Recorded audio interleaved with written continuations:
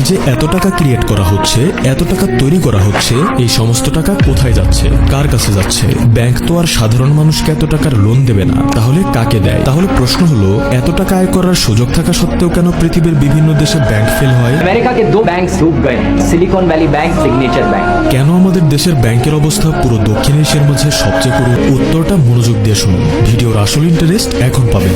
ধরুন ব্যাংকের কাছে 1000 কোটি টাকা আছে ডিপোজিটে, মানে যে টাকাগুলো আমরা ব্যাংকে ডিপোজিট করে রেখেছি ওই টাকা আর কি। তো এই টাকার মাঝে বাংলাদেশ ব্যাংকের নিয়ম অনুযায়ী 4% টাকা রিজার্ভ ব্যাংক অফ বাংলাদেশে জমা থাকবে, এরপর 13% লিকুইড অ্যাসিডে রাখা হবে, অর্থাৎ গোল্ডের ফর্মে, যাতে কোনো আর্থিক সংকট সামাল দেওয়া যায়। তো এই 4 আর 13 মোট 17%, অর্থাৎ 170 কোটি টাকা ব্যাংক সংকটের হাতে জমা রাখবে, আর বাকি 83% অর্থাৎ 830 কোটি টাকা লোনের জন্য পাঠানো হবে। এখন এত বড় লোন তো আর কোনো সাধারণ মানুষ নিতে পারবে না, নেবে অনেক বড় কোনো বিজনেসম্যান, আর সেই বিজনেসম্যান এই টাকা নিয়ে তো আর পকেটে রাখবে না, সেই টাকা বিজনেসেই ব্যবহার করবে, আর তখন ওই 830 কোটি টাকা অন্য ব্যাংকের কাছে চলে যাবে।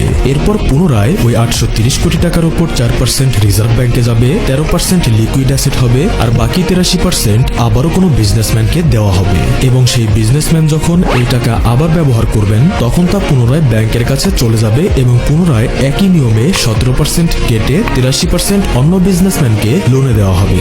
এভাবে 25 থেকে 30 সাইকেল রিপিট হবার পর ওই টাকা যখন কমতে কমতে হয়ে 10 থেকে 15 লাখ টাকা হবে, তখন তা আপনাকে দেওয়া হবে হোম লোন হিসেবে বাড়ি তৈরি করার জন্য, আর আপনি এই লোন নিয়ে সারা জীবন কেবল কিস্তি দিতে দিতেই পার করে দেবেন। এখন দেখুন